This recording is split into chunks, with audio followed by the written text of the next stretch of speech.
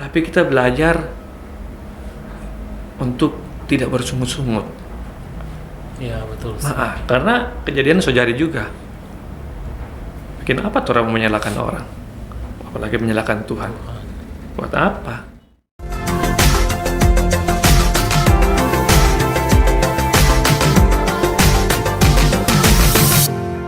Pondok Cerita.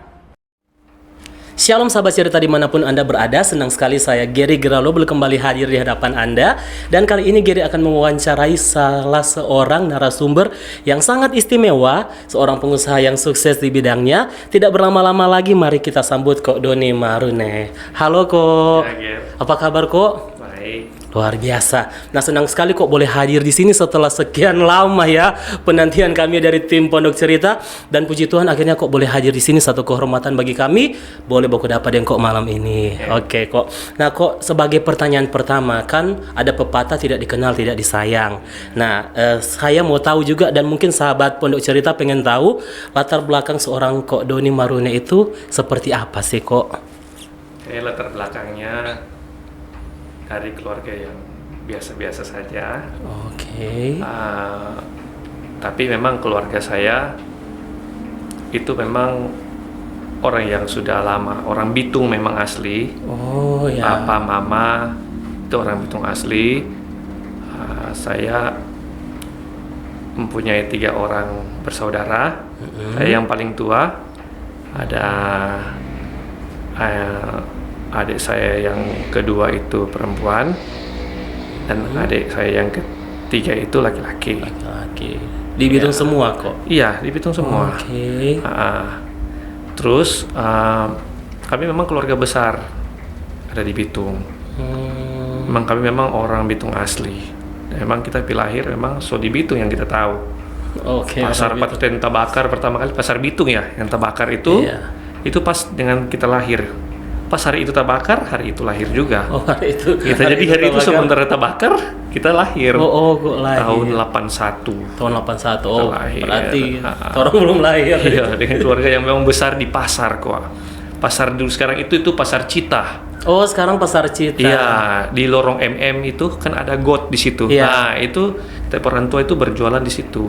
Oh, jadi dulu berjualan di situ. Iya, orang tua. Oke, berarti memang pada awalnya sudah membangun. Berarti pada awalnya memang sudah sebagai seorang pebisnis dari orang tua. Tapi jualan sembako. Oh, jualan sembako. Iya, bahan pokok. Oke. Gitu.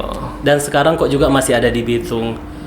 Oke, istri anak-anak juga ada di sini. Iya, jadi saya mempunyai istri, terus mempunyai 4 orang anak. Sudah menikah, 1 cowok, 3 cewek. Oke. Tapi yang cowok baru umur 12 tahun.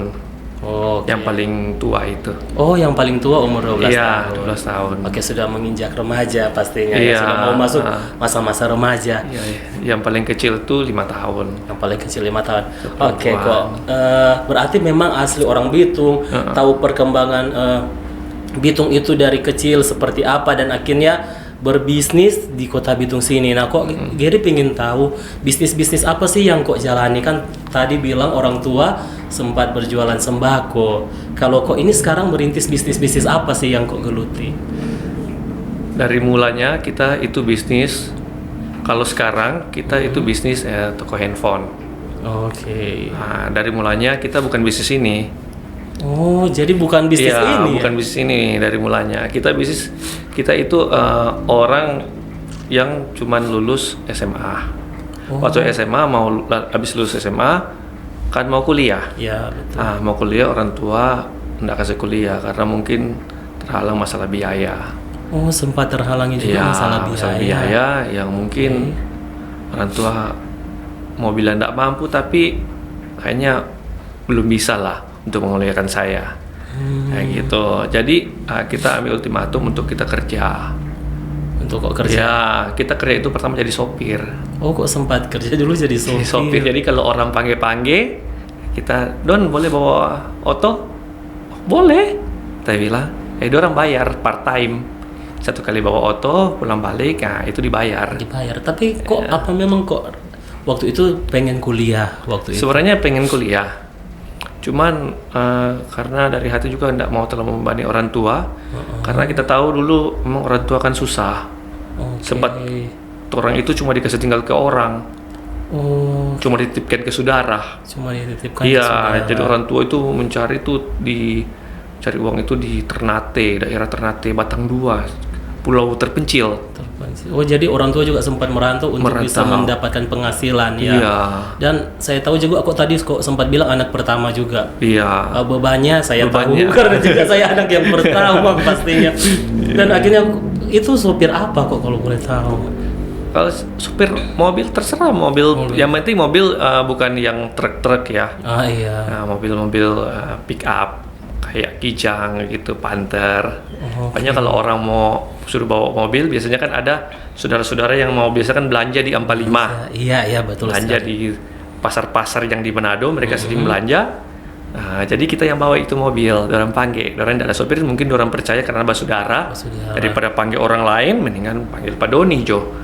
Toh dia kok toh bawa oto, jadi kita yang tukang bawa dorang pe oto. Itu dibayar ya, kok? Dibayar, gaji satu kali bawa mobil 20.000. 20.000 waktu itu. Nah, kok gimana sih perasaan kok? Kan kok ini pengen kuliah, tapi akhirnya harus bawa jadi sopir. Kalau kebanyakan anak-anak pasti rasa gimana ya kalau saat ini. Nah, kok waktu itu perasaannya gimana sih kok waktu itu? Ya, kita perasaan saat itu memang kecewa. Pasti ada perasaan kecewa, namanya orang juga suka kuliah kan, pergaulan kuliah kan berbeda lagi dibandingkan SMA kan. Betul sekali. Apalagi dengar dari teman-teman kuliah itu enak. Ya, betul. Nah, itu pergaulannya lebih luas lagi, apalagi di Manado. Dulu kan orang cuma sekolah di Bitung. Iya, betul sekali. Nah, sekarang ketika pindah ke Manado kan dengan isinya pergaulan yang lebih luas lagi. Baru istilahnya. Iya, ya namanya anak muda ya suka tantangan. Di mana anak muda yang tidak mau suka tantangan? Betul sekali. Mau suatu hal yang berbeda pasti. Nah, tapi itu tidak bisa dijalani karena memang kita lihat kondisi orang tua juga baru merintis, terus kita harus membebani mereka dengan hal seperti itu. Ya sudah, mendingan kita kerja aja. Oke, akhirnya aku memutuskan untuk kerja, biarpun itu bawa oto sambil bantu-bantu orang tua di toko. Sambil bantu-bantu orang tua. Orang tua di toko, pikul beras, ya itu so. Oke, kok menjalani semua itu. Pikul beras. Pernah 200 sak satu kali pikul itu, pokoknya bolak-balik, pokoknya pernah. 200 sak satu kali 200 pikul. sak itu bongkar itu pernah. Pasti malam itu lelahnya minta ampun. Lelah. Tapi ya itu yang harus dilewati. Oke, dan akhirnya gimana sih sampai akhirnya kok bisa akhirnya kita memulai suatu bisnis yang perlahan-lahan mulai besar seperti sekarang. Jadi pertama kali dari supir mobil kita mulai berbisnis jualan pulsa. Itu pertama. Jadi kita jualan pulsa dulu kan, pulsa ada itu pulsa simpati yang fisik. Oh iya betul. Ada simpati 100. Kalau sekarang kan sudah ada. Jadi kebanyakan sudah lewat via elektrik, Iya betul. ATM. Kalau dulu kan masih lewat fisik. Nah, itu kita coba jualan pulsa dari uang tabungan. Uang tabungan waktu itu kalau nggak salah uang tabungan saya itu 7 juta yang saya kumpul dari hasil sekolah dengan hasil bawa mobil. Oh, jadi setiap dapat jajan kok sisihkan. Baru habis itu setiap dapat duit dari hasil bawa sopir itu kok sisihkan. Pelajaran yang luar biasa sekali ya kok. Jadi kita pakai modal untuk itu, untuk jualan pulsa. Sambil bantu orang tua beli kopra. Beli kopra. Waktu itu saya beli kopra itu di Danau Wudu. Di Danau Wudu. Saya membeli kopra di sana. Jadi orang tua sudah papa kasih modal, karena antar itu mobil, karena beli kopra, karena jual di pabrik, toh habis karena jual di pabrik, karena jemput langsung di Danau Wudu. Nanti keuntungan pica 2. Jadi orang tua kasih begitu. Jadi setengah orang tua yang penting potong operasional semua. Nah, itu yang pertama kali kita mulai bisnis kopra dengan jualan pulsa. Pulsa. Berarti masih jualan pulsa di tokonya di toko orang tua. Jadi cuma nempel. Nebeng istilahnya sekarang, nebeng ya untuk jualan. Dan kok kan pulsa, saya tahu pulsa itu juga ya, saya kan orang awam kok. Katanya pulsanya untung tipis-tipis istilahnya. Tapi mungkin kalau kok ada perhitungan yang lain kan bisa lebih besar, dan akhirnya sekarang juga Giri tahu bisnis kok juga besar. Nah, kok bagaimana sih akhirnya kok bisa ekspansi ke bisnis yang lebih besar? Bisnis pulsa memang untung tipis. Oke. Itu paling satu lembar pulsa kalau yang 100.000 paling untungnya cuma 5.000. Tapi kita kan bukan cuma itu. Oke. Kan ada Kopra juga kan, Oh, yang sering Bapak yes. suruh. Ini kita coba dalami karena waktu itu Kopra juga kan banyak orang yang belum tahu pabriknya di mana. Biasanya mereka cuma tunggu di tempat nggak ada mobil, jadi kita jemput itu Kopra, masuk sampai di kubur-kubur, Masuk sampai kubur. sampai di kubur-kubur karena kan di hutan-hutan. Iya, betul. Nah, jadi kita sampai di sana, sampai di kubur, kita angkat Kopra. Nah, dari uang itu kita simpan juga, belajar nabung. Kita simpan. Usaha itu kita geluti lumayan lama itu. Hampir 3 tahun, 4 tahun ya. Kita geluti itu. Usaha Kopra. Usaha Kopra sama jualan pulsa. Sambil jualan pulsa juga tetap jalan. Sambil bantu orang tua juga. Bantu orang tua di toko. Jadi kita lihat kalau di Kopra ini dia rupa nggak ada perkembangan. Karena semakin hari kan orang semakin tahu pabrik itu di mana, mereka sudah bawa sendiri di pabrik. Jadi mereka ambil sendiri. Iya, terus harus membutuhkan modal besar. Karena kan harus kasih utang dulu. Jadi kita kasih utang dulu ke mereka. Baru ketika kuartal Kopra, mereka panen Kopra, baru kita pergi ambil. Jadi biasanya ada orang-orang lain yang modalnya sudah panjang, mereka sudah duluan. Kasih panjar, kasih utang. Jadi Gitu. bersaing juga Jadi ya. bersaing agak susah. Jadi kita memutuskan untuk berhenti di Kopra. Karena semakin orang semakin tahu pabrik di mana, harus kasih utang. Aduh, kita bilang kalau begini bisnis modal nggak cukup, apalagi modal cuma orang tua yang bantu. Dan akhirnya setelah kok berhenti sini, kok tetap akan meneruskan bisnis pulsa? Jadi kita meneruskan bisnis pulsa. Kita coba bisnis kredit juga. Bisnis kredit. Jadi waktu itu kan waktu baru bisnis pulsa kan handphone sudah ada kan pasti. Iya, betul. Handphone ini kita coba beli handphone, kita kasih kredit. Ke teman-teman dekat dulu kita kasih kredit. Aduh, dan ternyata memang banyak juga yang tidak bayar. Aduh, Ya, itu. memang susah juga, jadi masalah. Jadi masalah juga ya. Jadi kita berhenti juga ya, bisnis itu kita berhenti juga. Lebih banyak dirugi ya karena Iya, jadi teman-teman. ini berhenti juga. Tapi memang proses Tuhan luar biasa. Jadi kita coba tekuni usaha handphone itu, kita tekuni, tapi sudah dengan tidak lagi kasih kredit itu. Ya, betul. Kita coba dengan beli handphone second waktu itu. Handphone bekas. Kok sempat beli handphone? Handphone bekas itu, jadi kita kasih bersih, kita ya istilahnya pakai alkohol supaya dia bersih lagi semua, itu bersih lagi semua. Terus kita jual lagi dengan harga yang lebih mahal. Kita beli ke orang itu lebih murah. Oke, jadi kok perbaiki, kok bikin bagus DP istilah. Ada yang rusak itu orang perbaiki semua. Baru kok jualan. Baru jual lagi. Oke. Nah, di situ keuntungan handphone second ya lumayan. Lumayan ya. Iya, lumayan. Bisa 200.000 satu unit. Oh, DP untung bisa Iya, 600.000. lumayan. Cuma kendalanya di situ di handphone second ini banyak handphone curian yang dijual di kita. Masalah lagi. Ada peristiwa nggak yang orangnya datang ke kok yang kehilangan begitu? Pernah satu saat ada kan kalau di ruko itu Pateten, Ya, yang dulu betul, toko di ruko Pateten, itu kan sebenarnya ada penyembatan ferry. Iya, iya pun. Di jembatan ferry itu kan biasanya kan orang jaga menyeberang ke Ternate, Ya, betul. atau ke Talaut lah mungkin, kalau nggak salah juga ada. Iya. Di situ ada ibu-ibu datang di toko. Kok minta tolong dong? Kenapa, Bu? Dia ada yang anak. Kenapa, Bu? Oh iyo, kita tapi tiket hilang. Kita mau pulang, tapi kita sudah ada doi. Kita cuma ada handphone. Ini. Waktu itu dia handphone tipe, kita nggak lupa itu tipe N70. Oh, Nokia. Nokia N70. Oh, kita nggak mau lupa itu Oke. dia. Dia jual ke kita. Dia jual. Sudah kita beli ini handphone. Kita beli tapi yang namanya ada cuma HP dia yang cas. Karena kan dia kan semua berangkat kan tuh. Nggak mungkin dia bawa dos toh. Nah, betul. Nah, jadi kita beli. Sudah habis kita beli. 2-3 hari kemudian polisi datang di toko. Polisi. Udah. Pak, ada beli handphone pada ibu. Disodeng ibu. Oh, oke. Ada beli handphone pada ibu. Ada pak. Dia bilang dia mau pulang Ternate. Tapi punya duit tiket hilang. DP tiket hilang katanya. Jadi dia mau beli tiket baru. Jadi kita beli tuh handphone. Ya sudah, ini pak dia curi dari tetangga. Aduh.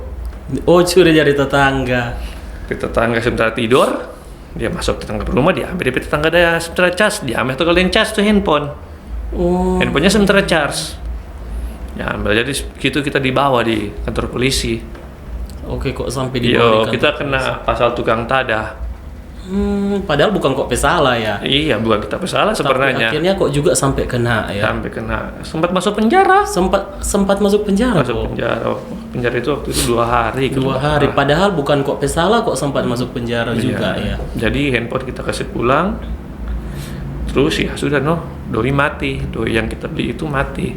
Berarti itu suka duka yang kok alami ketika kok mulai bisnis yang akhirnya kok jalani sampai sekarang ini kok. Iya. Ada perasaan enggak kok waktu ditipu teman sama kok bilang tadi kredit macet, Kopra mulai banyak persaingan, bisnis handphone akhirnya sampai masuk penjara loh kok ini. Maksudnya jadi kriminal, rekam jejak tuh tidak bagus DP istilah so 2 hari masuk.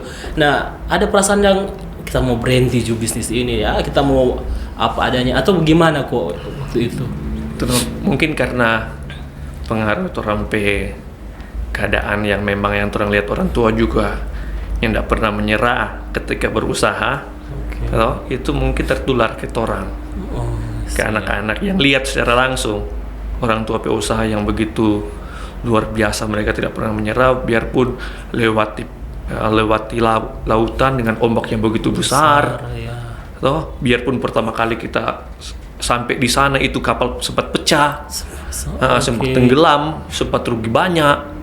Toh, dengan kita lihat seperti itu mungkin membuat kita tidak menyerah, yang penting kita berusaha aja terus. Jadi memang perasaan kecewa ada.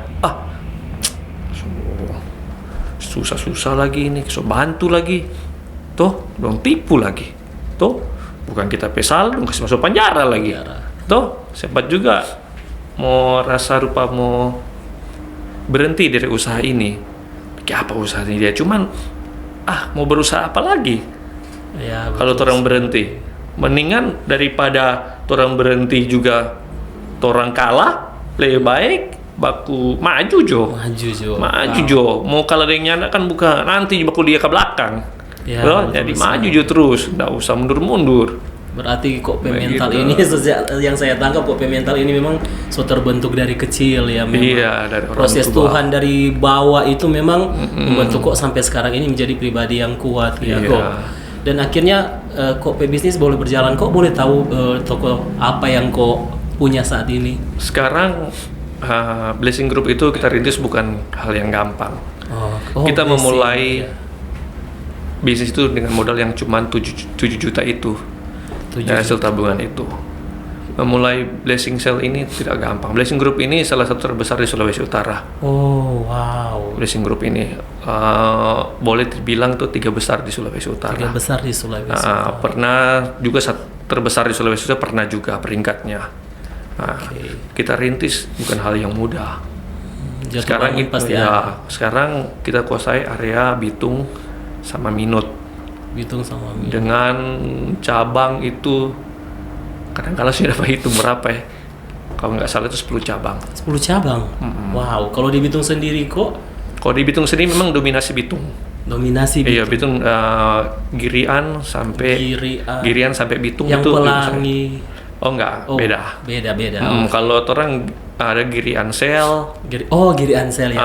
Ada Samsung Store yang di sebelah KFC. Kayak itu. Baru ada yang Xiaomi Store. Kalau di Bitung yang Blessing di pusat kota. Yeah. Sebelahnya itu juga orang punya itu. Rumah handphone. Samping Sarina itu Bitung Sale orang punya lagi itu. Oke, berarti yang pertama kali itu di Blessing yang yang dibuka pelabuhan. Itu toko paling pertama. Kalau toko paling pertama itu di Ruko Pateten. Ruko Pateten. Itu pengembangan yang paling pertama. Baru ekspansi pertama di itu muka pelabuhan. Di muka pelabuhan itu ekspansi pertama. Sangat terkenal ya kok, karena saya pun kalau mau beli HP di Bitung pasti yang saya ingat itu Blessing. Selalu itu ke Blessing buat backing HP rusak itu selalu ke Blessing. Nah, berarti image-nya Blessing itu so kuat sekali ya kok. So kuat. Untung kok tidak berhenti pada waktu itu ya. Jatuh bangunnya itu luar biasa yang saya lihat. Dari proses tadi kok, apakah kok sempat menyalahkan Tuhan loh waktu itu? Maksudnya Tuhan kenapa begini ya? Waktu masuk penjara dan lain sebagainya. Jadi proses untuk berbisnis ini itu hal yang luar biasa ya. Itu kita pikir yang sekarang yang terjadi bagi kita hidup itu cuma kepercayaan Tuhan. Karena kita dari latar belakang, kita cuma lulus SMA. Orang tua biasa-biasa, kalau mau bilang pandai ya banyak orang lebih pandai. Atau banyak orang punya lebih modal, banyak orang. Tapi ini semua proses Tuhan. Jadi kita mau cerita sedikit ya tentang kita pengalaman. Hidup dengan Tuhan dulu sebelum kita berhasil. Jadi waktu itu kita memang bukan tipe orang yang jauh dengan Tuhan. Dari kecil kita sudah mengenal Tuhan Yesus. Dari sekolah minggu kita sudah mengenal Tuhan Yesus. Ketika kita beranjak remaja sampai dewasa, kita memang bukan tipe orang yang anak muda yang suka ke pub. Kita lebih cenderung di dalam gereja. Anak gereja ya. Anak gereja. Kita suka ikut pemuda, remaja, itu semua kita ikut semua. Anak-anak bilang, kalau nyak baroko bukan laki-laki. Nyak minum bukan laki-laki. Tapi itu kita nak backing semua. Kita tidak pernah melakukan hal itu. Ke pub aja kita tidak tahu itu pub itu bagaimana model. Kita tidak pernah hura-hura, tidak. Kita hidup cuma di gereja. Pelayanan. Ya. Suatu saat terjadi hal yang menyenangkan bagi kita hidup. Waktu itu orang ada peristiwa, waktu itu kita di gereja Betani di Betani Bitung. Ada ibadah pemuda. Waktu itu ada orang mengunjungi satu orang yang berulang tahun, pemuda berulang tahun. Ada kita dari Bitung, orang mengunjungi ke Maubi. Waktu orang pulang, orang naik auto pick up. Naik pick up Espas. Orang duduk di belakang. Di depan 3 orang, di belakang 8 orang. Waktu sementara mobil sedang melaju pulang ke Bitung, hujan agak bergerimis. Kita kan orang tahu bawa mobil. Iya betul. Kita rasa di mobil sudah seimbang. Pantatnya mobil ini sudah mulai bergeser. Jadi kita maju ke depan. Kita bilang ke sopir, tolong pelan-pelan. Banyak nyawa di belakang ini. Jangan sampai orang cilaka. Dia nyakiraukan karena kita mungkin masih muda, dia lebih tua. Mana baru kelemaring bawa oto, mana mau ajar ke kita. Toh? Ya sudah. Kita baru balik di belakang ulang, nih oto slip. Dia tabrak tiang listrik. Jadi ada satu orang yang meninggal, namanya Marcel. Dia tinggal di belakang Memo. Di belakang Memo. Dia sekolah di STM. Anak muda juga. Dia meninggal karena waktu terlempar, dia mematahkan tiang listrik. Kepalanya kena tiang listrik.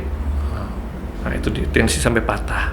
Tiang listrik sampai patah. Kena dengan kepala. Dia meninggal. Kita patah kaki. Waktu saat kita patah kaki, itu kita merasa hal yang paling drop bagi kita hidup. Karena kenapa?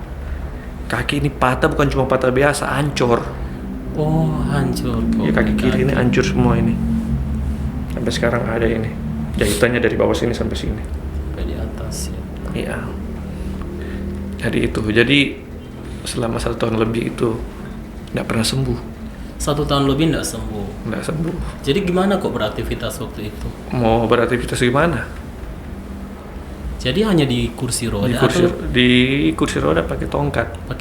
Jadi cuma di rumah terus. Di rumah selama 1 tahun. 1 tahun. Ketika setelah 1 tahun itu Papa suruh kita ke Surabaya untuk berobat. Karena tidak pernah sembuh kan waktu di Manado. Iya, betul. Nah, ketika sampai di Surabaya, dokter memeriksa kita keadaan kaki kenapa tidak bisa sembuh. Dan waktu itu kita mau disuruh amputasi. Oh, sempat mau disuruh amputasi ya. Di Manado sini. Di Surabaya. Di Surabaya juga Ya, sempat mau disuruh karena ada amputasi. luka di kaki itu tidak pernah sembuh selama 1,5 tahun. Oke. Dia keluar cairan terus. Oh.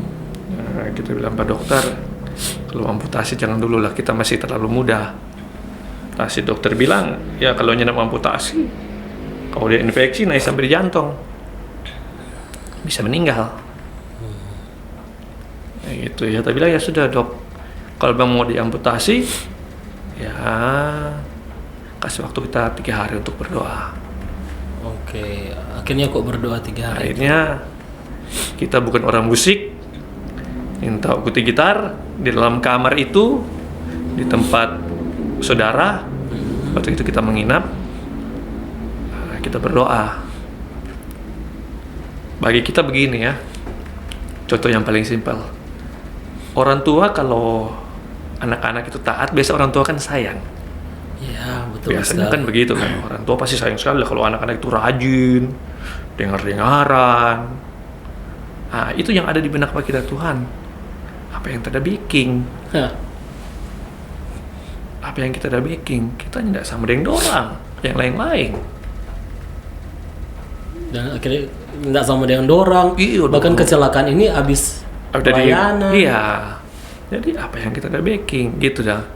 Tapi kita belajar untuk tidak bersungut-sungut. Iya, betul. Nah, karena kejadian sejari juga. Bikin apa tuh orang menyalahkan orang? Apalagi menyalahkan Tuhan. Buat apa?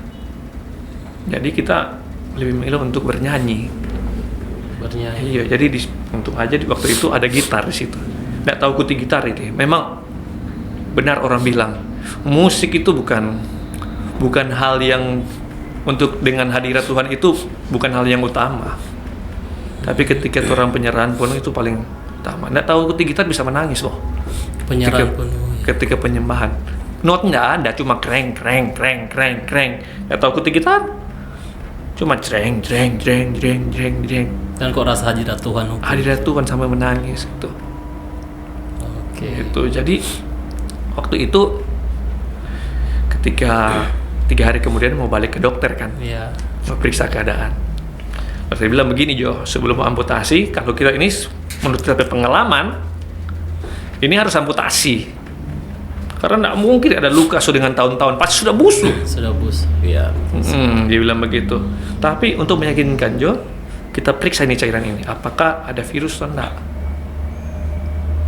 Diperiksalah cairan itu. Dan cairan itu ternyata tidak ada virus. Tidak ada Bersih. Bersih. Dokter itu sampai goyang kepala. Biasa dia bilang kalau begitu kita operasi lagi. Jadi kita dibongkar lagi. Waktu itu kita disalah operasi, mungkin saya juga nggak ngerti. Ada tulang yang nggak bisa tersambung. Oh, itu yang mengakibatkan lama. Nggak bisa sembuh. Oke, nggak bisa sembuh. Nah, jadi dokter sudah bilang kamu operasi lagi. Saya operasi lagi. 3 bulan kemudian saya sembuh.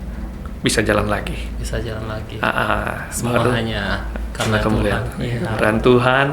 Baru terus itu kita rintis, itu blessing itu kita rintis. Akhirnya meneruskan merintis blessing setelah kok sembuh dari kecelakaan itu, dari Iya. luka itu. Luar biasa kok, karena saya sudah ada 2 orang di sini, salah satu kok dan salah satu ada orang yang lain, dia sembuh berkat pujian dan penyembahan. Ya, semakin dikuatkan. Jadi sahabat cerita, kuasa pujian dan penyembahan itu sungguh luar biasa. Jadi sudah ada buktinya orang-orangnya yang ada. Jadi kalau teman-teman lagi sakit, menyembahlah Tuhan, berserah ya dengan Berserah. segenap hati. Nah, oke kok. Dan akhirnya kok bisnis semakin hari semakin besar. Pernah jadi yang terbesar di Sulut, dan sekarang juga masih salah satu yang terbesar di Sulawesi Utara. Nah kok juga sekarang pelayanan aktif di salah satu gereja di Bitung. Bagaimana sih kok bisa membagi pelayanan dan juga bisnis kok? Bagi kita pribadi ya, pelayanan itu bukan di gereja Oke. kayak kita. Jadi kita di dunia apapun itu pelayanan. Ya. Kita di dunia pemerintahan kita bisa melayani di sana. Di dunia bisnis kita bisa melayani di sana. Jadi di dunia sekolah juga kita bisa melayani di sana.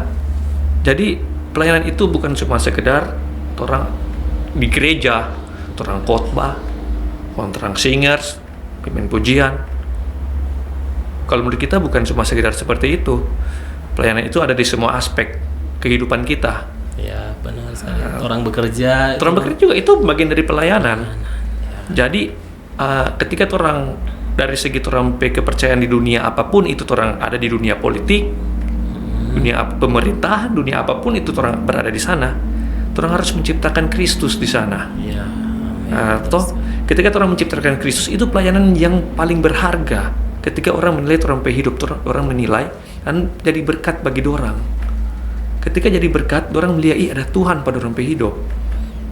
Dari situlah orang-orang diberkati ya. Jadi kita pelayanan di gereja itu cuman hari Minggu. Hari Minggu mau bilang membagi waktu itu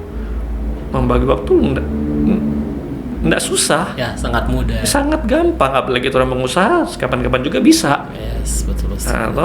Cuman itu yang hidup keseharian ini yang paling penting. Oke.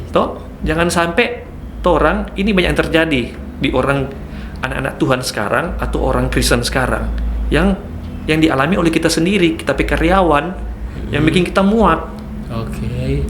Bisa share kok. Macam begini. Kok izin dang? Kenapa? Ada ibadah. Kerja malas. Suka datang terlambat. Sesadiki izin ibadah. Kita bilang ini hal yang benar, atau sebenarnya tidak benar lah ini. Ya, betul. Tidak menjadi contoh yang jadi baik. Contoh. Ya. Kalau mau nih begitu, jangan seperti itu. Istilahnya jangan sesedikit alasan ibadah. Sedikit alasan ibadah. Ada pelayanan. Kerjanya betul. Iya, betul. Bagaimana kalau orang lain lihat? Orang yang di seberang Lihat. juga orang malah lebih baik daripada dengan orang untuk bekerja. Padahal ada ayat yang bilang lakukanlah segala sesuatu ya seperti untuk Tuhan ya. Dan bukan untuk manusia. Oke. Kenapa orang-orang Kristen kalau mau kerja setengah-setengah, pemalas ya. Banyak sekali yang saya temukan seperti itu kok dari pengusaha-pengusaha yang sharing ke saya. Dan itu tidak menjadi berkat ya kok. Tidak menjadi berkat. Dari sisi pengusaha sendiri, dari sisi bosnya bisa dibilang itu tidak menjadi berkat. Iya, cobalah orang bekerja baik-baik. Itu bagian dari pelayanan. Itu sangat penting. Oke, yang saya suka dari kok bilang tadi menciptakan Kristus dimanapun orang berada di dunia apapun itu. Mau dimanapun patron pekerjaan Tuhan ciptakan Kristus di situ. Jadi suatu hal yang berbeda. Kalau mau kerja betul-betul. Oke, luar biasa sekali. Menarik sekali pembicaraan kita malam hari ini. Nah, kok ini masih ada 2 pertanyaan terakhir saya cepat saja. Nah, kok pernah nggak kok diperhadapkan dengan keuntungan dan kejujuran? Bagaimana ini kok Jadi dulu di bisnis handphone itu dia pertama awal-awal itu banyak hal-hal yang bersifat mafia. Oke, ada mafia itu di nama itu barang black market. Itu menciptakan keuntungan yang besar bagi orang, tapi tidak sesuai spek pemerintah, tidak bayar pajak. Oke, itu kan ditangkap. Black market itu kan nggak lolos uji coba dan tidak bayar pajak. Kita bisnis itu dulu, keuntungannya besar di situ. Oke. Sangat besar, tapi tidak kelihatan hasilnya. Oh ya. Sesuatu yang tidak baik tidak akan kelihatan hasilnya. Walaupun pertama tuh orang rasa ini untung. Iya banyak. Kalau secara matematika hitung-hitungan di atas kertas ya banyak untungnya. Tapi uangnya nggak kelihatan. Nggak kelihatan. Nggak tahu keluar di mana. Nggak tahu. Ketika menikah sama istri 10 tahun lalu kita ambil keputusan untuk berhenti menjual barang-barang yang ilegal. Dan kok pada jalurnya saya putuskan untuk berjualan yang legal aja. Oke, seru sekali ya kok. Jadi apa yang orang lihat untung pada dasarnya lama-kelamaan tidak tahu hasilnya, tidak kelihatan uangnya di mana. Bocor lah istilahnya Bocor. seperti itu. Luar biasa kok. Dan pertanyaan terakhir kok, ini bagaimana sih? Ini ada orang teman, ada titik pertanyaan. Bagaimana anak muda bisa memulai usaha kalau terbatas dalam hal modal? Dia ingin memulai usaha tapi terbatas dalam hal modal. Jadi usaha ini bukan modalnya sebenarnya, Oke. tapi kepercayaannya. Jadi kita merintis juga bukan dari modal. Modal cuma 7 juta, 9 juta ngapain? Mau beli barang berapa banyak itu? Kalau voucher dia 100.000 per satu biji cuma berapa biji? Cuma 100 biji lah paling banyak. Nggak sampai deh. Iya, betul. Nah, jadi kalau anak-anak muda yang mau berusaha itu paling penting kepercayaan. Kepercayaan. Biasanya itu tercipta ketika orang dengan relasi. Ada relasi, orang menitip barang, atau orang bayar itu barang tepat waktu. Nah, di situ diciptakan kepercayaan. Nah, ketika ada kepercayaan itu, barang itu kita sudah tidak perlu modal lagi. Tapi sudah dititip ke kita, laku baru bayar. Oke, dari kepercayaan. Dari kepercayaan itu. Jadi kalau anak-anak muda yang ada modal, jangan berkecil hati. Oh, kitanya ada modal kok. Oh, sudah coba berusaha, tidur di rumah. Toh, jangan. Toh, kita rintis saja kita punya usaha, biar kecil-kecilan, tapi orang membuktikan bahwa orang bisa dipercaya. Yes. Jadi mulai dengan apa yang ada, tetapi tetap menjaga kepercayaan orang-orang yang bekerja sama dengan kita. Iya, itu paling penting. Oke. Luar biasa kok. Senang sekali kok ada di sini, banyak sekali ilmu yang saya dapat. Bahkan saya dari tadi wow terus karena memang luar biasa materi pada malam hari ini. Nah kok sebagai penutupan nih kok, Torang PT Makan rencana Tuhan tidak pernah gagal. Dari kok cerita yang seharusnya kalau orang lain mungkin sudah patah pengharapan dan lain sebagainya, dan akhirnya kok bisa berhasil menguasai pasar di bidangnya kok di Sulawesi Utara ini. Ada tidak pesan kepada sahabat cerita yang ingin memulai usaha mungkin, atau yang dalam hal apapun yang mulai kecewa dengan perjalanan hidupnya? Silakan kok. Ya, pertama kalau orang mau berusaha, orang harus hidup apa adanya. Jangan memaksakan kehidupan kita untuk di-upgrade dengan tidak kemampuannya kita. Jadi kita hidup harus apa adanya, otentik. Toh, jadi kalau kita cuma mampu beli barang itu 100.000, ya kita beli yang 100.000 aja. Jangan kita paksakan mau beli barang yang 200.000. Nah, jadi ketika anak-anak muda, kita cuma percaya kalau orang berusaha, bagian orang kan manusia cuma berusaha. Yes. Toh, mau berhasil atau enggak itu bukan orang bagian. Itu bagian Tuhan. Ya. Toh, karena Tuhan bilang sedangkan orang anak-anak Tuhan, sedangkan orang tidur Tuhan berkati. Toh, yang penting Tuhan kasih ayat lain lagi. Kalau ngoni malas jangan kasih makan berkaca apa semut. Ya, betul. Toh, jadi jangan orang malas, orang berusaha aja. Yang penting ada di relnya Tuhan. Jangan menyimpang ke kiri, menyimpang ke kanan. Jangan berusaha yang ilegal. Itu jangan. Berusahalah seperti yang Tuhan mau. Masalah berhasil atau enggak, itu kepercayaan. Tuhan kan lihat, ini kita hamba setia. Toh dia tidak menyimpang ke kiri ke kanan. Toh masa Tuhan tidak mulia? Betul sekali. Jadi kalau ada hal usaha yang tidak berhasil, jangan seringkali menyalahkan Tuhan. Introspeksi diri. Apakah sudah benar ini jalan atau tidak? Ya, betul sekali. Atau orang yang menyimpang ke kanan atau ke kiri. Dan rata-rata Tuhan tuh tidak pernah salah. Rencana Tuhan tidak ada yang gagal dalam hidup manusia. Yang membuat lama rencana Tuhan itu terjadi pada orang hidup berhasil, itu orang diri yang bikinnya terputar-putar.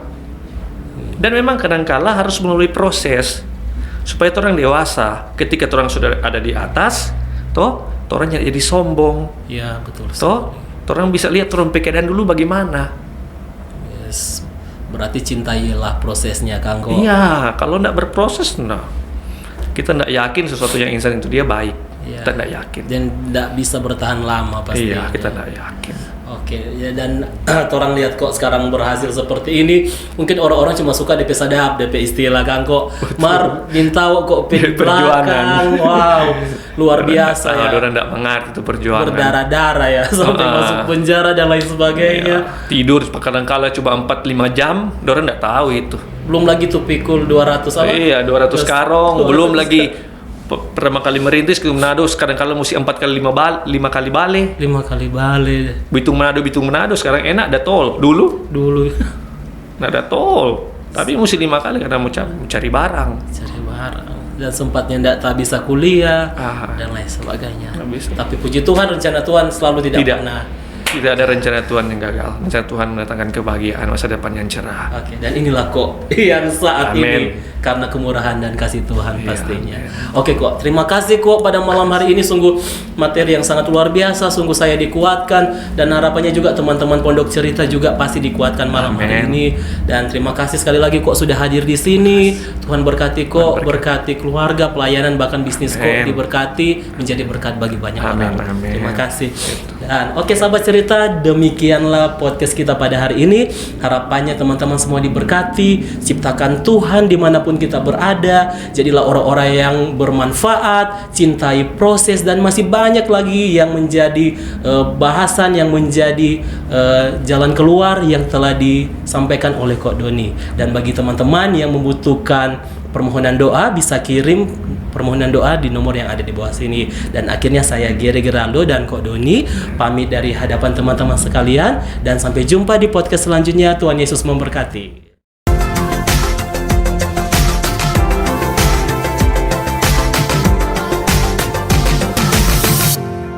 Pondok Cerita.